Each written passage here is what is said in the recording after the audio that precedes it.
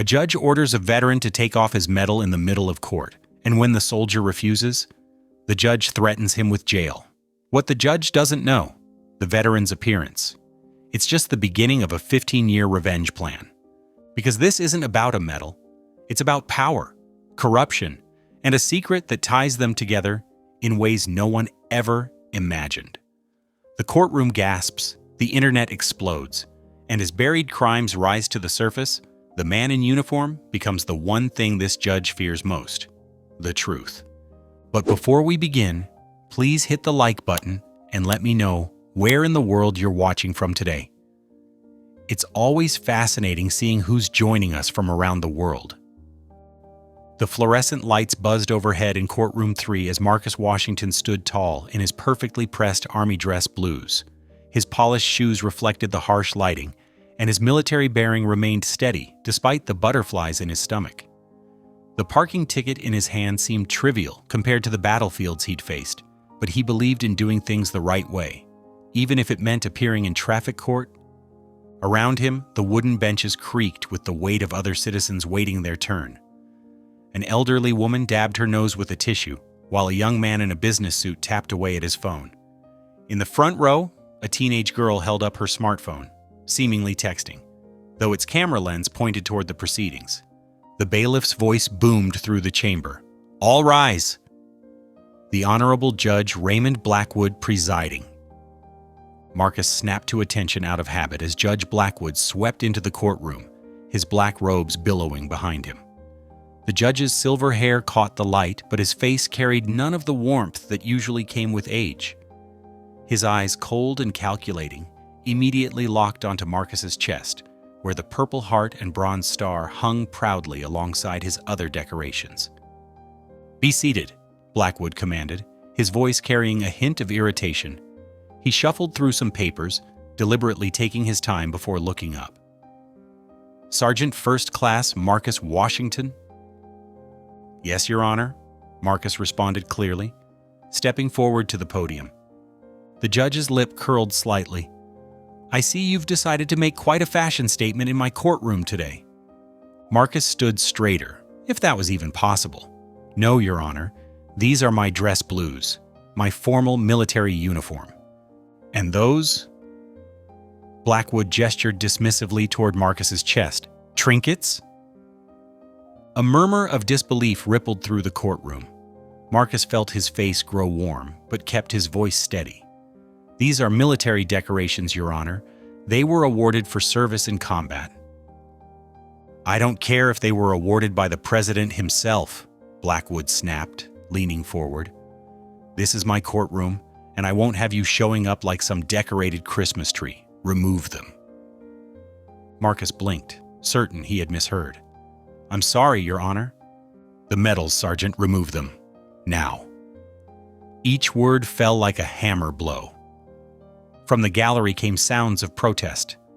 "That's not right," someone whispered loudly. Another voice added, "Those are combat medals." "Quiet," Blackwood thundered, his face reddening. "One more outburst and I'll clear this courtroom. As for you, Sergeant Washington, remove those decorations immediately, or I'll hold you in contempt." Marcus felt as though he'd been punched in the gut. These medals represented not just his service, but the sacrifices of his brothers and sisters in arms. Some who never made it home. His fingers trembled slightly as he reached up to his chest. The teenage girl in the front row was now holding her phone higher, her live stream capturing every excruciating moment as Marcus carefully unpinned each medal. The Purple Heart, awarded after taking shrapnel while pulling 2 wounded soldiers to safety. The Bronze Star, earned during a fierce firefight where he'd led his team through an ambush. One by one, the symbols of his service came off. The courtroom had fallen deathly silent, broken only by the soft clink of metal as Marcus placed the medals in his lap. His chest felt bare, exposed, as though a piece of his identity had been stripped away. He could feel dozens of eyes on him, some angry, others sympathetic, all witnessing this public humiliation. Judge Blackwood's satisfaction was barely concealed behind his stern expression. "Now then, let's proceed with your traffic violation." Though I must say, your current display of theatrics doesn't speak well for your case." Marcus stood at rigid attention, his voice tight but controlled. "Yes, Your Honor." The medals sat heavy in his lap, each one a reminder of moments that had defined his life and service. But even without them pinned to his chest, he knew what they represented couldn't be taken away by any judge's gavel. The teenage girl's phone continued to record, its small red light blinking steadily as it captured this moment of judicial overreach. Neither Marcus nor Judge Blackwood realized that this scene was already streaming live to hundreds of viewers, the number growing with each passing minute as viewers shared the feed with increasing outrage. The morning light streaming through the high windows cast long shadows across the courtroom floor. But Marcus Washington stood in its full glare, his uniform now stripped of its honors, but his dignity intact. He waited for the judge to continue, unaware that this moment of humiliation would soon spark a firestorm of controversy and lead to the exposure of a vendetta 15 years in the making. The video spread like wildfire across social media platforms. By lunchtime, the clip of Marcus Washington being forced to remove his combat medals had been shared over 50,000 times. Comment sections exploded with outrage as viewers watched the decorated veteran endure the public humiliation. "This is absolutely disgraceful," read one viral comment that had garnered over 20,000 likes. "Judge Blackwood needs to be removed from the bench immediately." Marcus sat in his small office at Valley Community College, trying to focus on grading papers from his American history class. His phone wouldn't stop buzzing with notifications and calls from reporters. He turned it face down on his desk, but couldn't shake the knot in his stomach as he remembered that morning's events. A gentle knock on his office door made him look up. Rebecca Martinez stood in the doorway, her dark eyes filled with concern. She held up her phone, showing yet another news article about the incident.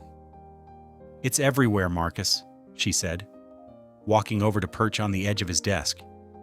"CNN, Fox News, MSNBC, they're all running the story.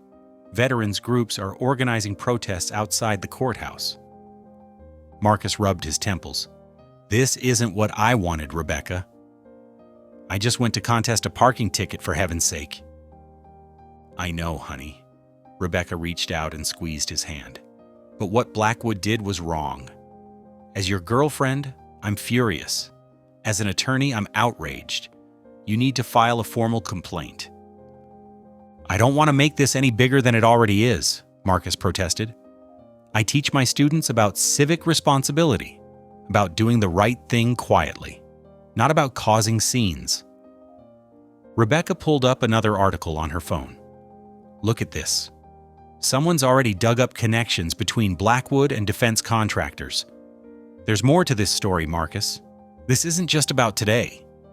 Before Marcus could respond, his office phone rang. It was the fire station where he volunteered, asking if he could take an extra shift since news vans were blocking their driveway trying to get comments about him. "I'm sorry, Chief," Marcus said wearily. "I'll see if I can help redirect them." Just then, his cell phone buzzed again. Rebecca picked it up, and her eyes widened. "The American Legion is calling for Blackwood's immediate resignation. They're saying his actions dishonor every service member who has earned combat decorations." Marcus stood up and walked to his office window. Students were gathering in small groups on the lawn below, many pointing at their phones, undoubtedly watching the viral video. He spotted a news van pulling into the faculty parking lot. "The Veterans of Foreign Wars just released a statement too," Rebecca continued, scrolling through her phone. "They're calling for a formal investigation into Blackwood's conduct. Marcus, this isn't going away." "I never wanted to be the center of attention," he said quietly. "When I testified in that defense contractor case 15 years ago, I did it because it was right, not for recognition." Rebecca's head snapped up. "What defense contractor case?" Before Marcus could answer, his department chair appeared in the doorway. "Marcus, there are reporters in the hallway. The college president is asking if you'd be willing to make a statement." Marcus shook his head. "Please tell them I'm not interested in interviews." After his department chair left, Rebecca stood and placed her hands on Marcus's shoulders. Listen to me. I know you want this to blow over, but it won't. What Blackwood did was an abuse of power. As a civil rights attorney, I can file a complaint right now. We need to take action while the public's attention is focused on this. Marcus looked down at his bronze star and purple heart, still in their small velvet box where he'd placed them after court. Each medal carried memories of sacrifice, of brothers and sisters in arms who had given everything for their country. The State Judicial Review Board has already reached out, Rebecca added softly. They want to open an investigation. Higher authorities are taking notice, Marcus. This isn't just about you anymore. Outside his office, the hallway buzzed with activity as students and reporters gathered. His phone continued to light up with notifications, messages from fellow veterans, old Army buddies, and countless strangers offering support. The incident that had begun in a simple traffic court was now sparking a national conversation about respect, authority, and justice. Marcus picked up the velvet box containing his medals, running his fingers over the Purple Heart's purple and gold surface. He thought about all the other veterans who might face similar treatment if someone didn't take a stand. Okay, he said finally, turning to Rebecca. Let's file that complaint. The State Judicial Review Board's investigation moved swiftly. Within days, investigators uncovered a disturbing pattern in Judge Blackwood's court records. Rebecca sat at her dining room table, surrounded by stacks of case files, her laptop open to a spreadsheet tracking the judge's rulings. Marcus, you need to see this, she called out to her boyfriend, who was making coffee in the kitchen. Over the past 5 years, Blackwood has handed down significantly harsher sentences to minorities and veterans compared to other defendants with similar charges. Marcus walked over, placing 2 steaming mugs on the table. How much worse are we talking about? On average, 3 times longer sentences for traffic violations and 5 times higher fines, Rebecca said, pointing to her screen. But that's just the beginning. A knock at the door interrupted them. 2 investigators from the Judicial Review Board entered carrying thick folders. Special Investigator Sarah Chen took a seat across from Marcus.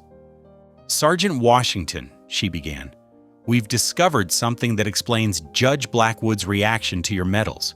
Your name came up in a 15-year-old investigation involving defense contractors. Marcus nodded slowly. Operation Black Eagle. I was a military investigator back then. Exactly, Chen confirmed, opening one of her folders. You testified against executives from Stellar Defense Solutions. They were defrauding military families through a fake insurance scheme. Rebecca's eyes widened. I remember that case. Thousands of military families lost their life savings. What we've uncovered, Chen continued, is that Judge Blackwood received substantial payments from shell companies linked to Stellar Defense. These payments coincided with surprisingly lenient sentences he gave to 3 executives who were later convicted in federal court. Marcus leaned back in his chair, memories flooding back. Those executives ruined so many lives. Junior enlisted personnel, veterans' widows. They targeted the most vulnerable. Chen pulled out several bank statements. Blackwood received over $2 million in what appear to be kickbacks. But here's where it gets interesting. The payments stopped immediately after your testimony helped secure federal convictions. That explains his hatred of veterans, Rebecca said, reaching for one of the bank statements. But why wasn't this caught before? The payments were well hidden, Chen explained. It took us accessing sealed records from the federal investigation to make the connection. Sergeant Washington, your military record became public knowledge yesterday when media outlets discovered your role in Operation Black Eagle. Marcus rubbed his face tiredly. I never wanted that investigation to define my service. We lost good people trying to expose that corruption. Your testimony saved thousands of other families from being victimized, Chen reminded him. And now, 15 years later, you've helped expose Blackwood's corruption too, even if unintentionally. Rebecca pulled up a news website on her laptop. The story's breaking now. Look. Decorated veteran who exposed military fraud, targeted by corrupt judge. It's the top headline. The investigators shared a look before Chen spoke again. We've found evidence that Blackwood specifically targeted veterans in his courtroom who had any connection to the Stellar Defense case. Several veterans reported similar experiences to yours, being forced to remove medals or face contempt charges. But none of them had your combat record or public profile, the other investigator added. When he humiliated you, he didn't realize the video would go viral. He didn't expect the scrutiny. Marcus stood and walked to the window, watching news vans parked along the street. All those years ago, I testified because it was the right thing to do. Not for recognition, not for medals, just to protect our brothers and sisters in uniform. And that's exactly what you're doing now, Rebecca said softly. By standing up to Blackwood, you've exposed years of systematic persecution of veterans in his courtroom. Chen gathered her files. The Judicial Review Board is expanding its investigation. We're reopening every case where Blackwood showed unusual leniency toward white-collar defendants, especially those with connections to defense contractors. We're also looking into cases where he showed unusual harshness toward minorities and veterans, her partner added. The pattern is clear, and it goes back at least a decade. As the investigators prepared to leave, Chen turned back to Marcus. Sergeant Washington, your military record speaks for itself. Bronze Star, Purple Heart, and a key role in one of the largest fraud investigations in military history. You've served your country with distinction, both in and out of uniform. After they left, Rebecca wrapped her arms around Marcus. You okay? Just thinking about all the other veterans who faced him alone, Marcus replied. All because we dared to stand up against corruption 15 years ago. Well, he's not going to get away with it anymore, Rebecca said firmly. The truth is finally coming out. Special Investigator Chen returned to Rebecca's house the next morning, her face grave as she carried a new stack of documents. Marcus and Rebecca sat across from her at the dining room table, now cluttered with even more case files. What we've uncovered goes deeper than judicial corruption, Chen began, spreading out several photographs. This was a calculated revenge plot 15 years in the making. She pointed to a photo of an elegant man in an expensive suit. This is Kenneth Hartwell, Judge Blackwood's brother-in-law. He was the lead defense attorney for Stellar Defense Solutions during Operation Black Eagle. Marcus leaned forward, recognition flashing across his face. I remember him from the trial. He tried to discredit my testimony.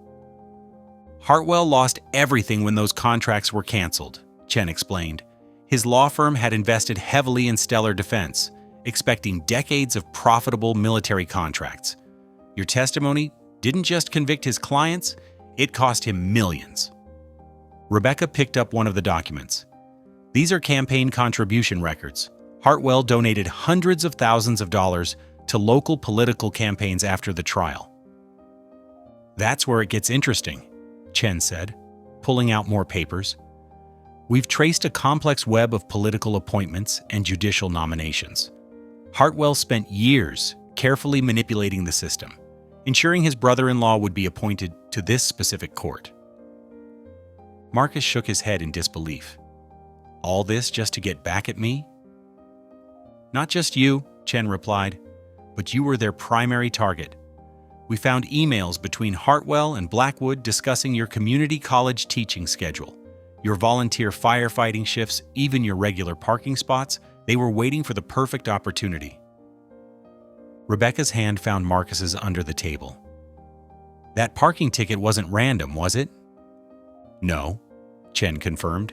They knew Marcus would contest it. They knew his sense of justice wouldn't let him simply pay an unfair fine. And they knew he would wear his dress uniform to court, as military protocol suggests. The medals, Marcus said quietly. Blackwood didn't just happen to fixate on them. He was waiting for that moment. Chen nodded. The humiliation was carefully planned. Hartwell and Blackwood believed that forcing you to remove your combat medals in public would be the ultimate revenge for your testimony. But they didn't count on that video going viral, Rebecca added. Or the public outrage it would trigger, Chen agreed. Their plan backfired spectacularly. Instead of quietly humiliating one veteran, they exposed their own corruption to the entire nation. Marcus stood and paced the room, his military bearing evident in his measured steps.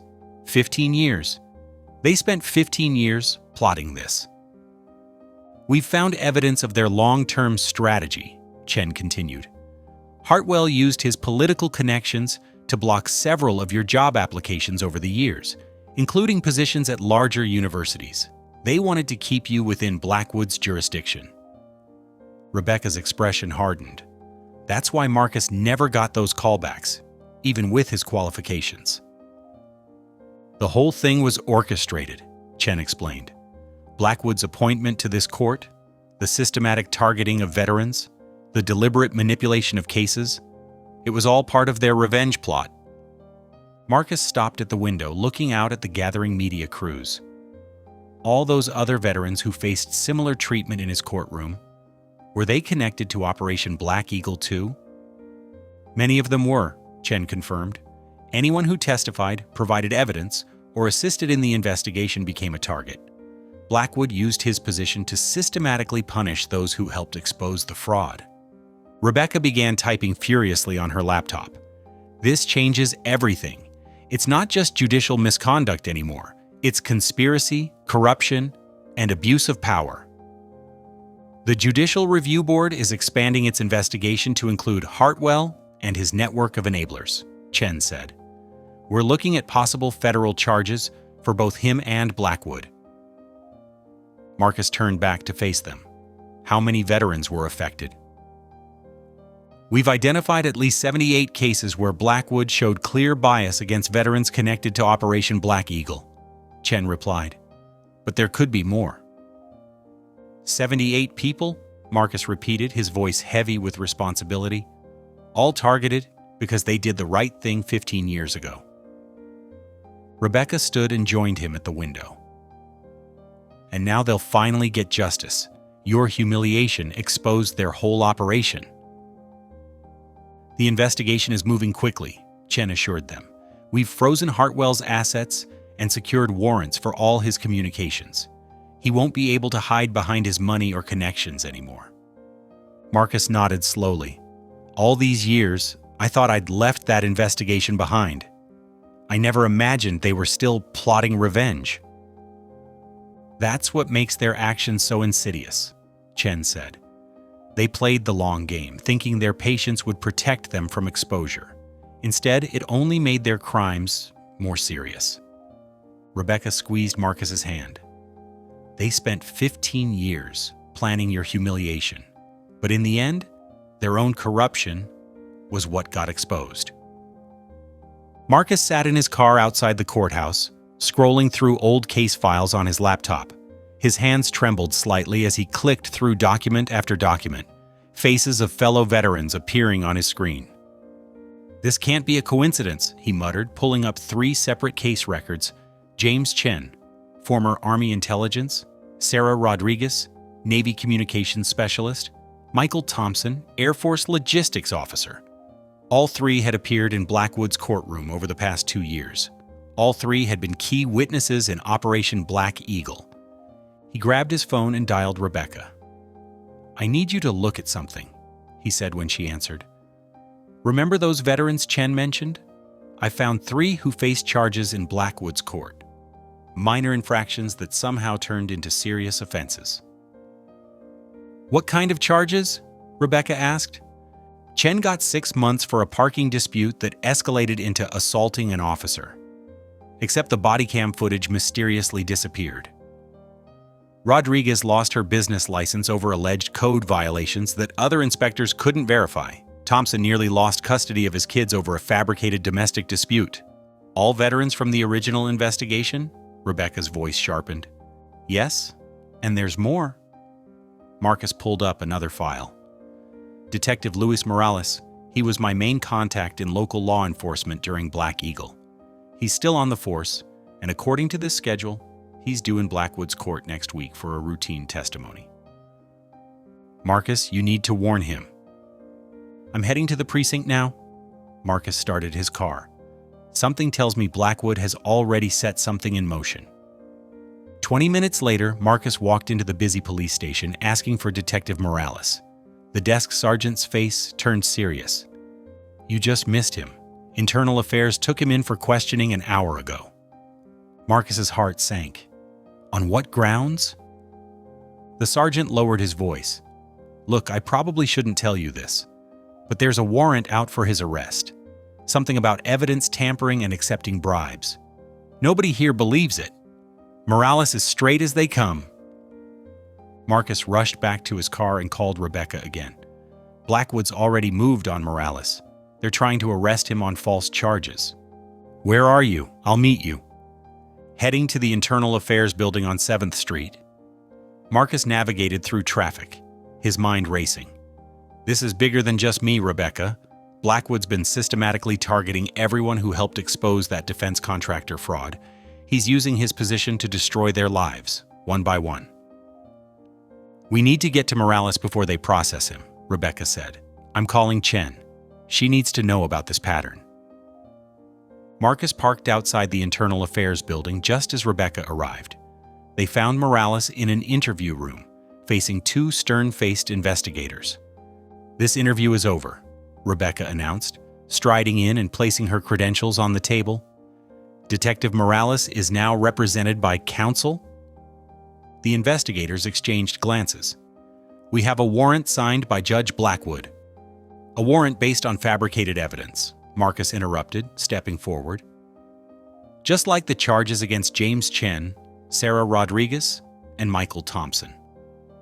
All veterans who testified in Operation Black Eagle, all targeted by Judge Blackwood in retaliation. Morales looked up, recognition dawning on his weathered face. Marcus Washington? Man, I heard about what happened to you in court. He turned to the investigators. This is no coincidence. Blackwood's brother-in-law lost millions when we exposed that defense contractor scheme 15 years ago. We have documented evidence of a pattern, Rebecca added, pulling out her tablet. 3 other veterans from the same investigation, all brought before Judge Blackwood on suspicious charges. All faced severe penalties for minor infractions, all based on evidence that later proved questionable. One of the investigators, an older woman with graying hair, studied the documents carefully. This warrant did come through unusually fast. And the evidence? She frowned. Some of these timestamps don't add up. Because they were fabricated, Morales said firmly. Just like the charges against the others. Blackwood's been using his position to take revenge on everyone who helped bring down that corruption 15 years ago. Marcus placed his hands on the table, leaning forward. This goes beyond judicial misconduct. It's a systematic campaign of retaliation against veterans who did their duty and exposed criminal activity. How many more will he target if we don't stop him? The investigators stepped out to make some calls. When they returned, their demeanor had changed completely. The warrant has been suspended pending review, the female investigator announced. Detective Morales, you're free to go. And Mr. Washington? Special Investigator Chen would like you both to meet her immediately. She's very interested in this pattern you've uncovered. As they left the building, Morales gripped Marcus's arm. You saved my career today. Maybe even my life. But this isn't over, is it? Marcus shook his head grimly. Number. We've exposed Blackwood's pattern of retaliation, but there are probably more veterans out there who've faced his twisted justice. We need to find them all. Then let's get to work, Morales said, his jaw set with determination. It's time to finish what we started 15 years ago. Chapter 6. The midnight air hung heavy with tension as Marcus pulled his car into the abandoned warehouse district. Broken streetlights cast irregular shadows across crumbling concrete walls covered in graffiti.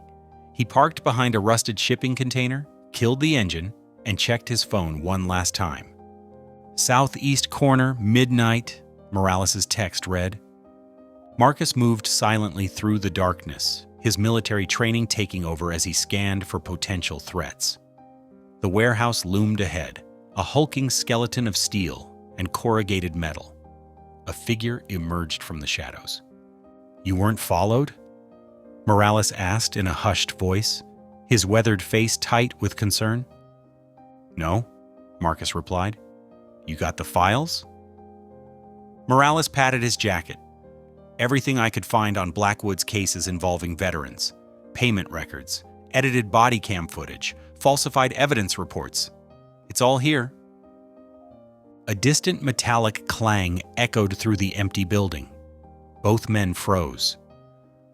"We're not alone," Marcus whispered, already moving toward cover behind a concrete pillar. Flashlight beams suddenly pierced the darkness. "Police, don't move!" 4 figures in tactical gear emerged from multiple directions, weapons drawn. Marcus's combat-trained eyes caught the details. No badges? Non-standard weapons? Definitely not a legitimate police operation. "Drop the bag, Morales," one of the men ordered. "Nobody needs to get hurt tonight." "Officer Carson?" Morales' voice carried genuine surprise. "You're working for Hartwell now?" "Just following orders," Carson replied coldly. "The bag, now." Marcus's muscles coiled, ready to move. He caught Morales' eye and gave an almost imperceptible nod. Years of military and law enforcement experience had taught them both how to read these situations. The attack came swift and brutal. Marcus launched himself at the nearest attacker just as Morales dove for cover. The flash of gunfire illuminated the warehouse in strobing bursts. Marcus's hand shot up, deflecting the weapon as he drove his knee into his opponent's solar plexus. The man crumpled with a grunt. Morales had taken down one attacker, but was now pinned behind a stack of pallets as Carson and his remaining partner laid down covering fire. Marcus moved like a shadow, using the warehouse's darkness to his advantage. His combat training took over, each movement precise, each strike calculated. He emerged behind Carson's partner, subduing him with a chokehold that ended the fight in seconds. Carson turned, but Morales was already there. The 2 men grappled briefly before Morales gained the upper hand, disarming the corrupt officer. "It's over, Carson," Morales said, securing the weapon. Suddenly, police sirens wailed in the distance, growing closer. "You really think it's over?" Carson laughed through bloody teeth. "Backup's already called. They've got body cam footage showing you 2 assaulting officers responding to a suspicious person's call. You're both done." Marcus and Morales shared a quick glance. They both knew what this meant. Hartwell had orchestrated a perfect trap. Even if they told the truth, it would be their word against 4 officers with manufactured evidence. "We need to move now," Marcus said, already heading for the back exit. They slipped out just as the first patrol cars arrived, red and blue lights painting the warehouse walls. Marcus led them through a maze of industrial buildings, finally reaching his car. "We can't go home," Morales said, climbing into the passenger seat. "They'll be waiting." Marcus started the engine. "I know someone who can help, but first we need to get this evidence to Rebecca." He pulled out his phone and sent a quick text to Rebecca. "Ambushed. Evidence proves conspiracy, going dark, trust no one in uniform." Rebecca's response came seconds later. "I'll start legal proceedings immediately. Stay safe. We'll contact through secure channel." As Marcus drove through the city's empty streets, he glanced at Morales. "You okay?" The detective nodded grimly. "Yeah, but we just became fugitives, Marcus. Everything we've worked for, our careers, our reputations, it's all on the line now." "We did the right thing," Marcus replied, taking a turn down a dark side street. "Those files you got, they'll prove Hartwell and Blackwood's corruption. Rebecca will make sure the truth comes out." "Where are we heading?"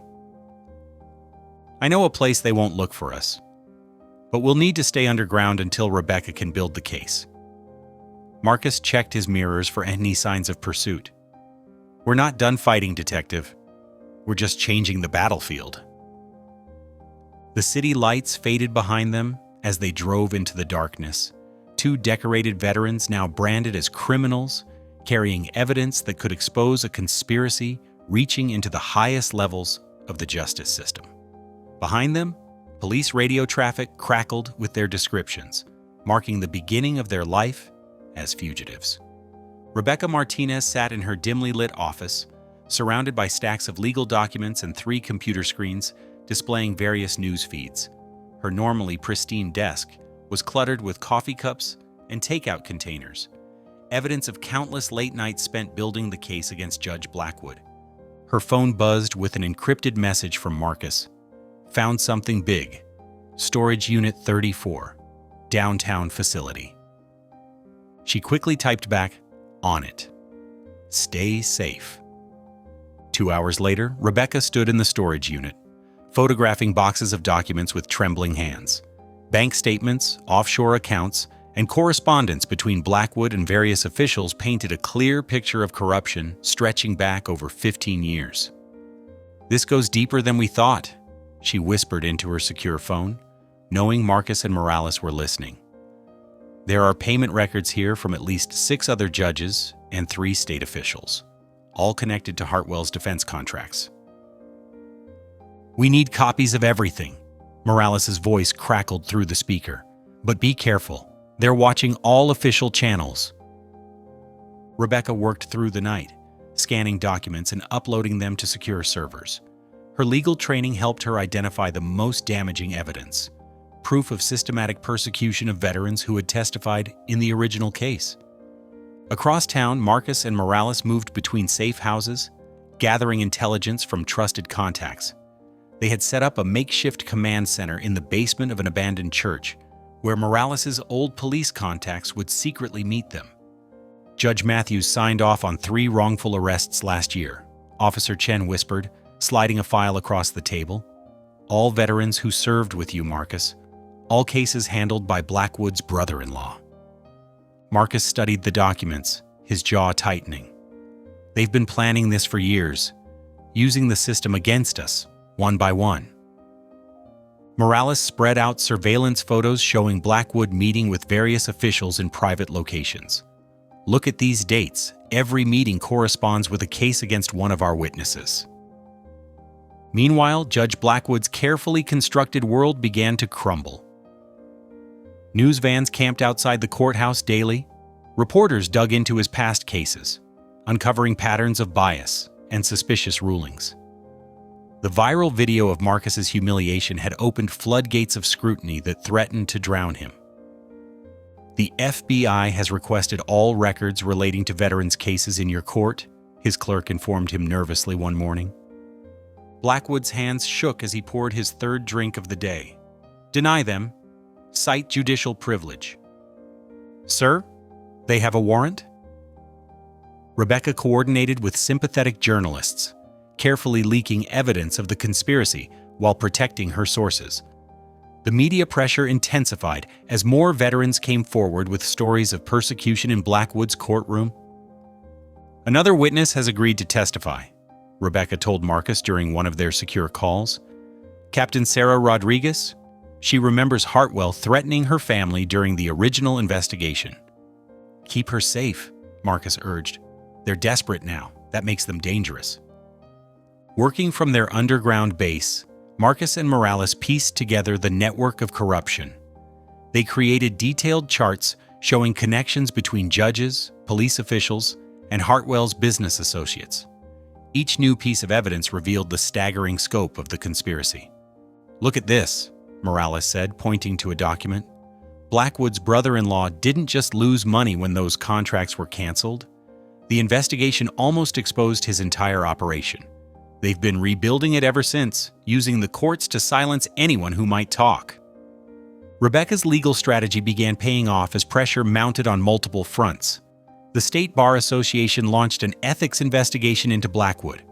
The FBI expanded their probe to include other judges named in the evidence. "The walls are closing in," Rebecca reported during their nightly secure call. "Blackwood's clerk just agreed to testify about destroyed evidence, 2 other judges have requested immunity deals. Marcus watched the latest news coverage on their secured laptop. Blackwood looked haggard on screen, snapping at reporters as he rushed from the courthouse to his car. "He's breaking," Morales observed. "Making mistakes. The pressure's getting to him." "Keep pushing," Marcus replied. "We need everything to be absolutely solid before we move." Their underground investigation had become a coordinated campaign, with Rebecca handling the legal front while Marcus and Morales gathered intelligence and protected witnesses. Each day brought new evidence, new allies, and new pressure on Blackwood's crumbling network. The true scope of the conspiracy emerged: a 15-year campaign of judicial corruption, witness intimidation, and systematic persecution of veterans who had dared to expose defense contractor fraud. But now, operating from the shadows, Marcus and his allies were finally bringing the truth to light. Judge Raymond Blackwood's hands trembled as he fed another stack of documents into the shredder. The metallic grinding echoed through his chambers at 3 a.m. Sweat beaded on his forehead despite the cool air conditioning. "Faster," he muttered, fumbling with a thick folder labeled Veteran Cases, Confidential. The shredder jammed, making a horrible screeching sound. Blackwood swore and yanked at the paper, tearing it in his desperation. His phone buzzed. Kenneth Hartwell's name flashed on the screen. "What are you doing about Washington and Morales?" Hartwell's voice was ice cold. "The FBI is interviewing my former associates. 3 judges have already contacted prosecutors about immunity deals." "I'm handling it," Blackwood snapped, though panic edged his voice. "I'm destroying anything that could link us to—" "Destroying evidence?" Hartwell cut him off. "That's your master plan?" "You're just creating more witnesses. Every clerk, every janitor who sees you there at odd hours becomes another liability." Outside the courthouse, 2 news vans remained parked despite the late hour. Reporters had been staking out the building around the clock since Rebecca Martinez's carefully orchestrated leaks began hitting the media. "We need a permanent solution," Hartwell continued. "Washington and Morales need to disappear, completely." Blackwood's breath caught. "You can't be suggesting—" "I'm not suggesting anything. I'm telling you to fix this. Unless you want to explain to a grand jury how you used your position to target military veterans for 15 years. The line went dead. Blackwood slumped in his chair, the half-shredded documents scattered around him like fallen leaves. Across town, Rebecca Martinez received an urgent text from a courthouse source. Judge B in chambers past midnight, destroying files. She immediately alerted Marcus and Morales through their secure channel. "He's panicking, making amateur mistakes." "Good," Morales replied. "Desperate people leave evidence. Can you get us building security footage?" Rebecca was already typing. "On it. I have a contact in maintenance who owes me a favor." The next morning, Judge Matthews, one of Blackwood's closest allies on the bench, scheduled an emergency meeting with federal prosecutors. His secretary leaked the news to 3 different media outlets within the hour. "Another rat-jumping ship," Morales observed as they watched the coverage from their hidden command center. Matthews was neck-deep in this. He signed off on dozens of bogus warrants targeting veterans. Marcus studied their evidence board, covered with photos and documents showing the connections between corrupt judges, police officials, and Hartwell's business interests. The network's fracturing. Everyone's looking to save themselves. Rebecca's legal strategy was paying off. By carefully releasing evidence to both media and investigators, she had created a feeding frenzy. Each new revelation prompted more participants in the conspiracy to seek deals, generating even more evidence and witnesses. 2 more clerks came forward today, she reported during their evening briefing. They're willing to testify about Blackwood ordering them to alter court records in veterans' cases. The pressure continued mounting. FBI agents interviewed courthouse staff about missing documents. State bar investigators subpoenaed records from other judges connected to Hartwell. Local news stations ran nightly stories about veterans who had faced suspicious charges in Blackwood's court. Blackwood's desperate attempts at damage control only made things worse. He ordered his staff to retroactively edit court transcripts, but the original versions had already been backed up off-site. He tried to pressure potential witnesses into silence, but each threat sent more people running to investigators. "He's unraveling," Rebecca told Marcus during a secure video call. Dark circles under her eyes testified to endless hours of work, but her voice was energized. Today, he practically ran from reporters, shouting about a conspiracy against him. 3 different stations caught it on camera. "Hartwell won't let this go on much longer," Marcus warned. "He's got too much to lose. Be careful." His warning proved prophetic. That night, someone broke into Rebecca's office. They ransacked her files but missed the crucial evidence stored on encrypted drives. The attempt only added more proof of the conspiracy's desperate tactics. The next morning, 2 police officers who had participated in the warehouse ambush against Marcus and Morales approached federal investigators. They provided detailed statements about Hartwell's involvement in the attack. "The whole thing's coming apart," Morales said, reviewing the officers' statements. "Everyone's looking for deals now, trying to be first in line to trade information for immunity." Blackwood made one final, frantic attempt to regain control. He called an impromptu press conference on the courthouse steps, planning to denounce the investigation as a witch hunt. But his rambling, defensive performance only reinforced the appearance of guilt. "This is a coordinated attack on our justice system," he declared, sweat visible on his collar, despite the cool weather.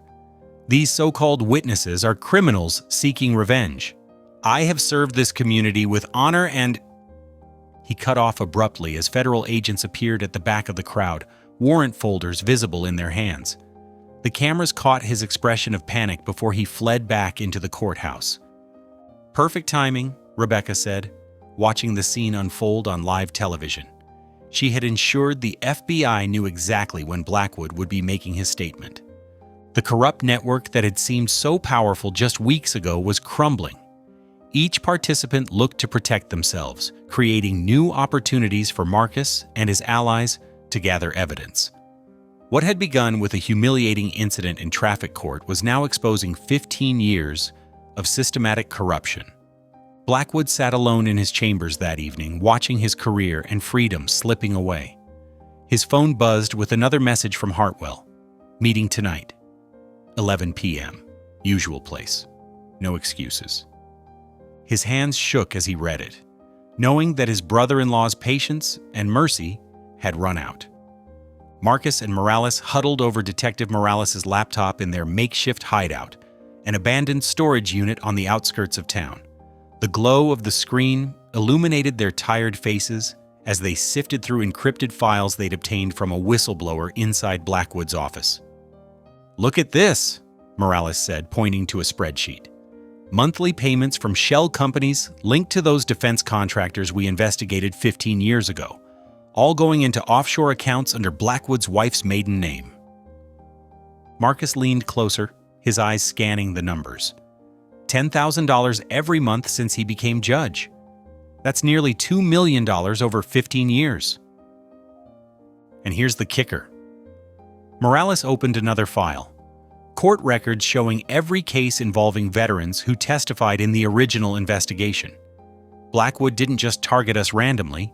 He had a hit list. The documents revealed a systematic pattern. Veterans who had helped expose the defense contractor fraud faced trumped-up charges, excessive fines, and harsh sentences in Blackwood's courtroom. Each case had been carefully documented, with notes showing how Blackwood manipulated evidence and procedures to ensure guilty verdicts.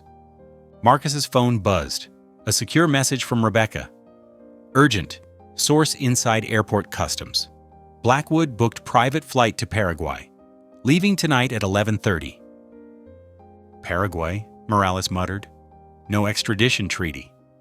"There's more," Marcus read. "He's carrying multiple hard drives and document cases. Rebecca's source says he's been making calls to senior state officials all day." They exchanged knowing looks. Blackwood wasn't just fleeing to avoid prosecution. He was taking insurance policies with him, documentation that could implicate people far more powerful than a corrupt local judge. Those hard drives could expose everyone involved in the contractor fraud, Morales said. State officials, federal regulators, maybe even members of Congress who helped cover it up. Marcus checked his watch. We've got 3 hours before his flight, but if we move on him at the airport, his allies in law enforcement could interfere. I've got a better idea. Morales pulled up airport blueprints on his laptop. There's a private access road leading to the executive terminal. Minimal security, lots of blind spots. We intercept him before he ever reaches the terminal. They quickly formulated a plan. Rebecca would coordinate with trusted FBI agents to ensure backup was nearby, but not visible. Meanwhile, Marcus and Morales would position themselves along the access road, ready to block Blackwood's vehicle. One more thing, Morales said, pulling a small device from his bag. Wireless signal jammer. Once we stop him, he won't be able to call for help. They arrived at the airport access road an hour early, parking their unmarked vehicle behind a maintenance shed. The night was moonless, with only distant runway lights providing illumination. At 11:15, headlights appeared in the distance. A black SUV with tinted windows turned onto the access road, moving quickly. That's him, Morales confirmed, checking the plate number Rebecca had provided. Right on schedule? Marcus gripped the steering wheel. Ready? Morales activated the signal jammer. Ready. They pulled out, blocking the road at an angle.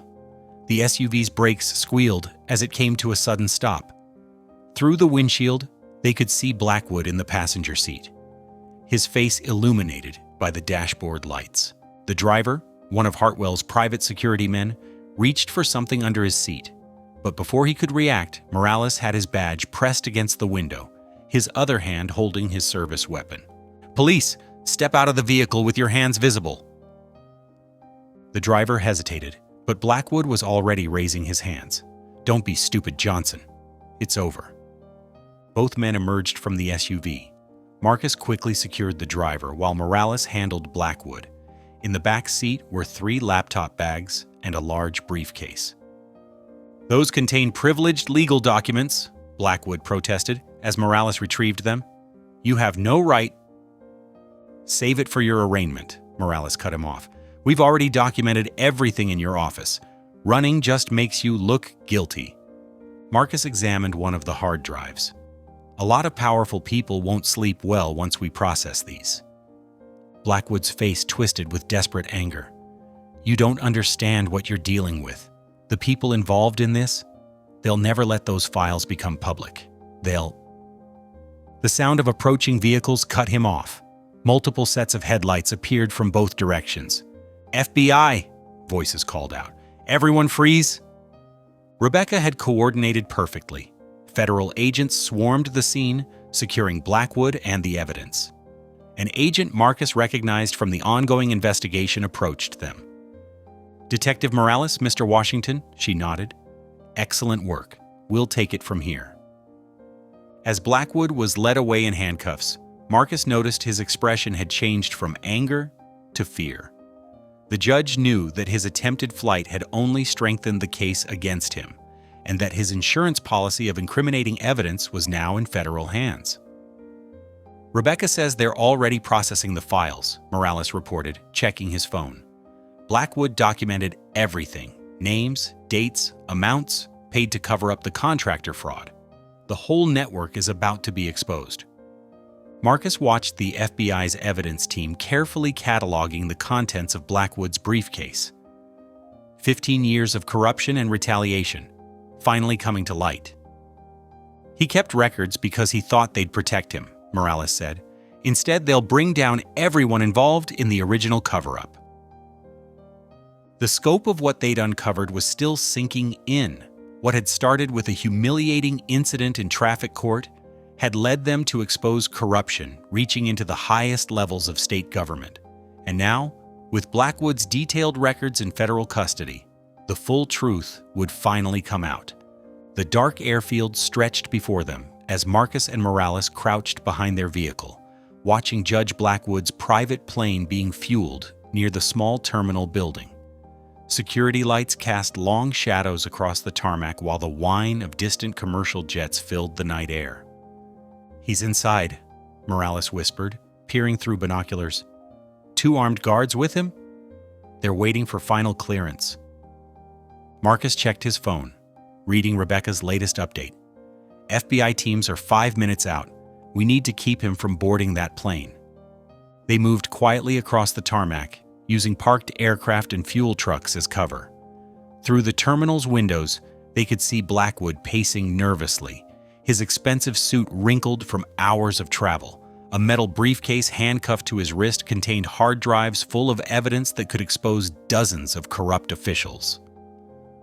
"Remember," Marcus said softly, "he's desperate. That makes him dangerous." Morales nodded, drawing his service weapon. "Ready when you are." They approached from opposite sides of the building. Marcus could see the guards were distracted, arguing with the flight crew about weather conditions.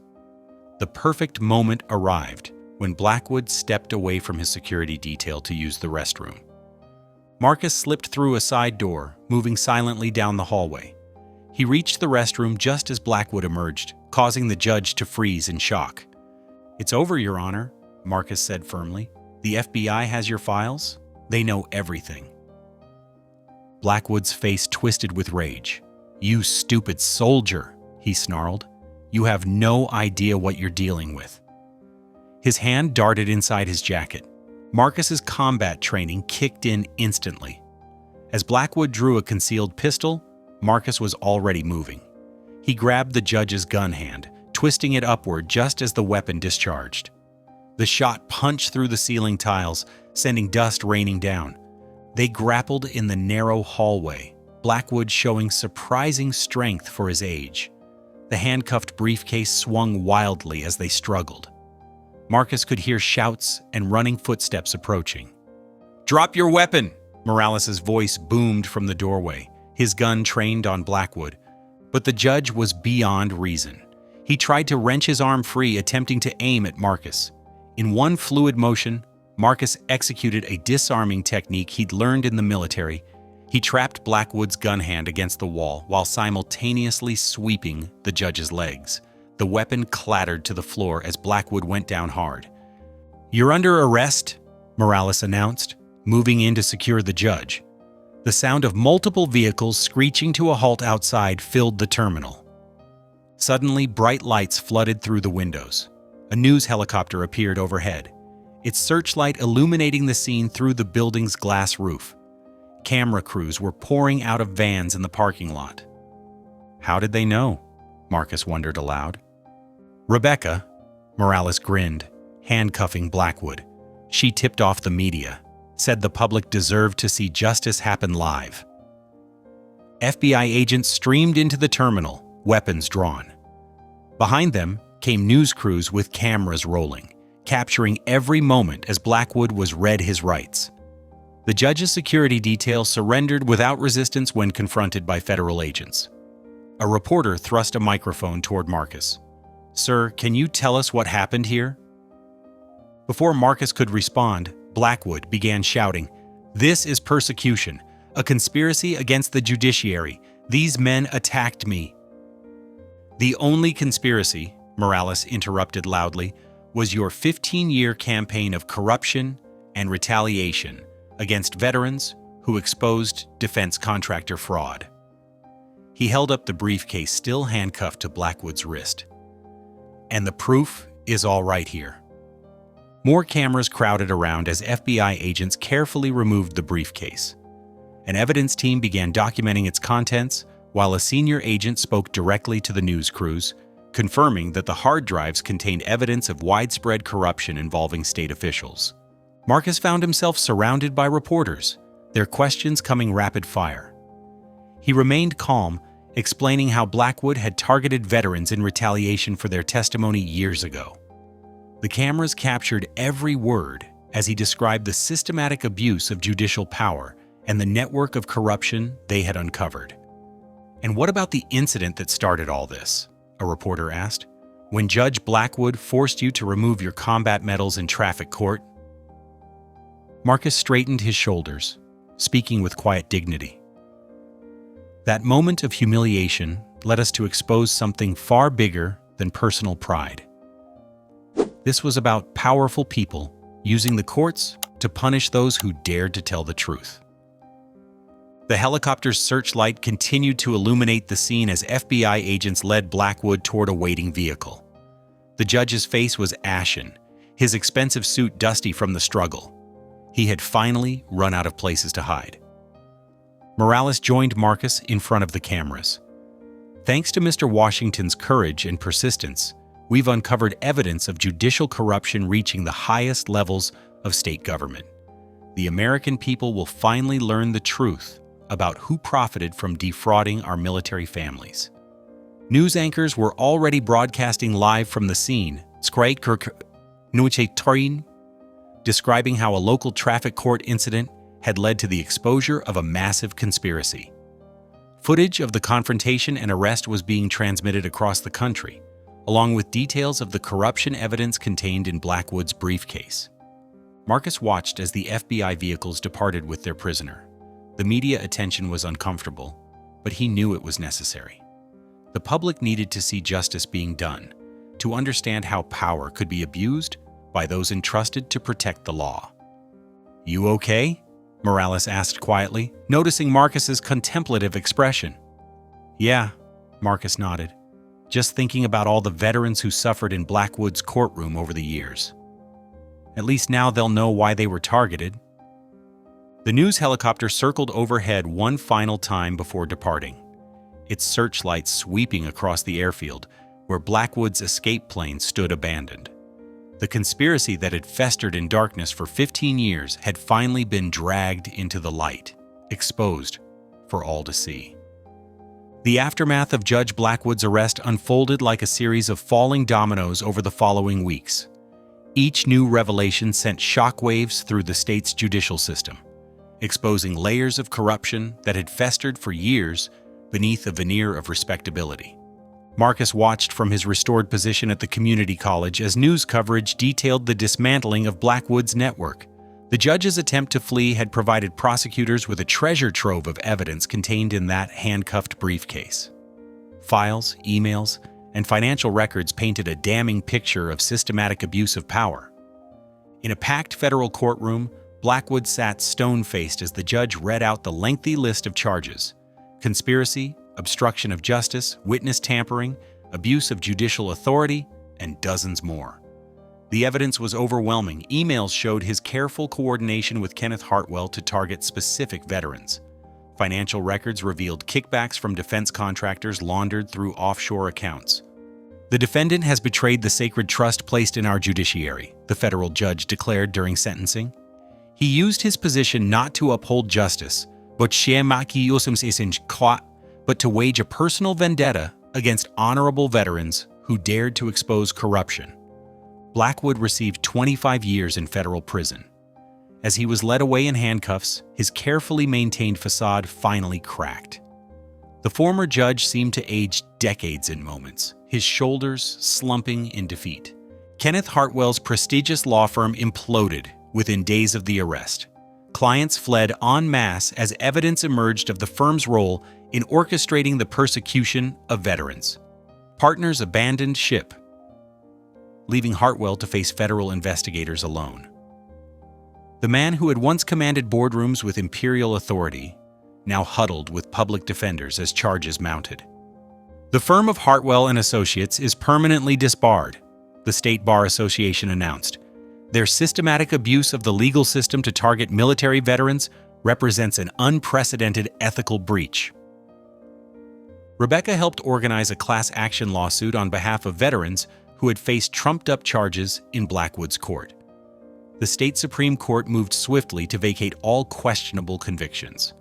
One by one, veterans came forward to share stories of how Blackwood had used his position to punish them with excessive fines and harsh sentences.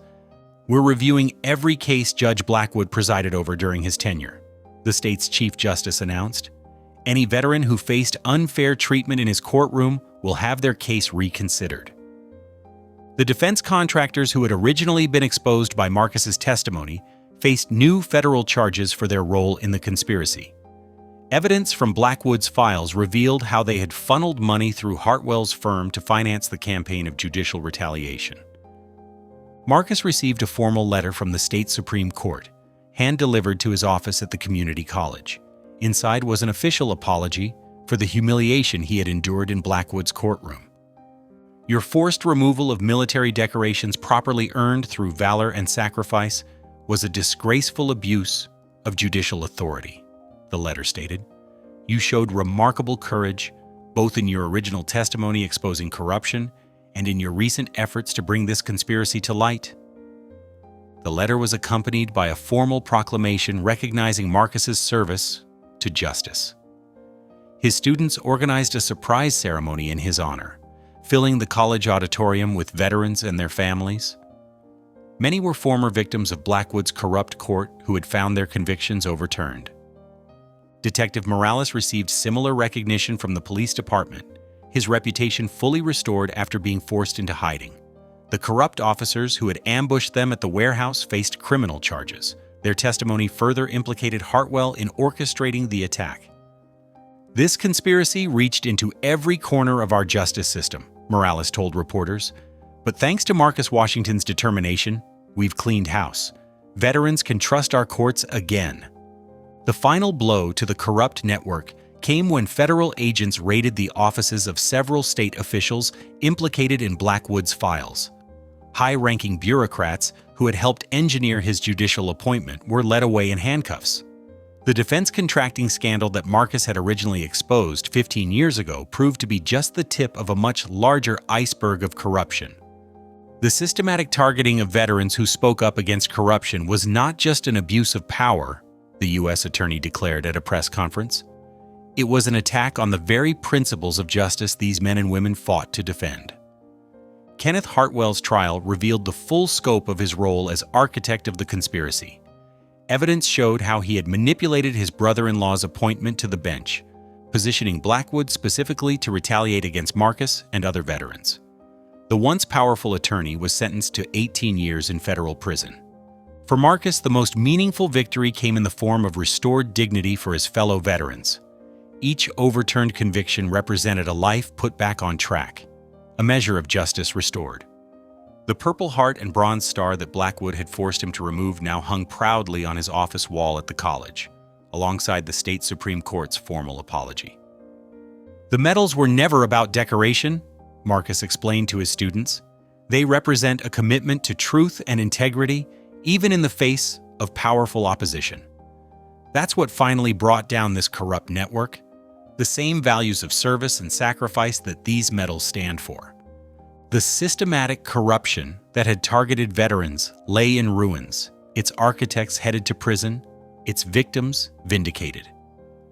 Marcus's humiliation in traffic court had sparked a chain reaction that cleaned decades of corruption from the state's judicial system. Justice, delayed but not denied, had finally been served. Spring sunlight streamed through the stained glass windows of St. Michael's Church, casting rainbow patterns across the packed pews. Hundreds of faces filled the historic sanctuary. Veterans in dress uniforms, students from the community college, firefighters in their formal blues, and countless community members whose lives had been touched by Marcus Washington's fight for justice. At the altar, Marcus stood tall in his freshly pressed army dress blues, his Purple Heart and Bronze Star gleaming proudly on his chest. The same medals that had once been stripped away in humiliation now shone as symbols of honor restored. His best man, Detective Morales, stood beside him with a broad smile. The wedding march began, and Rebecca Martinez appeared in the doorway. Her elegant white gown seemed to capture the light as she walked down the aisle, her father beaming beside her. Marcus felt his breath catch at the sight of the woman who had fought beside him through the darkest days of their battle against corruption. She was my anchor when everything else was chaos, Marcus would later tell their guests. Rebecca never doubted, never wavered, even when we were forced underground. She fought with law books, while I fought with evidence, but we fought together. The ceremony blended military tradition with personal touches. A sword arch of veterans saluted the newlyweds as they exited the church. The reception hall at the Veterans Center buzzed with hundreds of conversations, each guest sharing their own story of how Marcus and Rebecca's fight for justice had impacted their lives. Former defendants from Blackwood's corrupt court raised toasts to their vindication. Students from Marcus's classes spoke of how his example had inspired them to pursue careers in public service. Fellow firefighters recalled how he had never stopped volunteering even while battling the conspiracy. During the celebration, Marcus received an unexpected visitor, the director of the Federal Bureau of Investigation's Public Corruption Division. The offer was prestigious, a senior investigator position leading a new task force on judicial integrity. "Your experience exposing systemic corruption would be invaluable," the director explained. "We need leaders like you at the federal level." But Marcus's response surprised many. He politely declined, explaining his decision to remain a teacher at the community college. "The classroom is where I can make the most difference," he told Rebecca later that evening. "Every semester, I have the chance to shape young minds, to teach them about integrity and justice. That's worth more than any federal position." His classroom had become a living testament to the triumph of integrity over corruption. The medals that Blackwood had once ordered him to remove now held a place of honor on the wall. Alongside news articles documenting the conspiracy's exposure, students often paused to study them between classes. "These medals aren't just decorations," Marcus would tell each new class. "They're reminders that standing up for what's right isn't always easy, but it's always necessary. Sometimes justice takes time, but truth has a way of coming to light." The wedding celebration stretched into the evening, a joyful culmination of a community transformed. Where corruption had once held sway, integrity now flourished. Marcus and Rebecca's love story had become intertwined with a larger tale of justice restored, honor redeemed, and a system reformed through the courage of those who refuse to be silenced. I believe stories like this find us for a reason. If this one touched you, please subscribe. I share a new one every day. And tomorrow's might be the one your heart's been waiting for.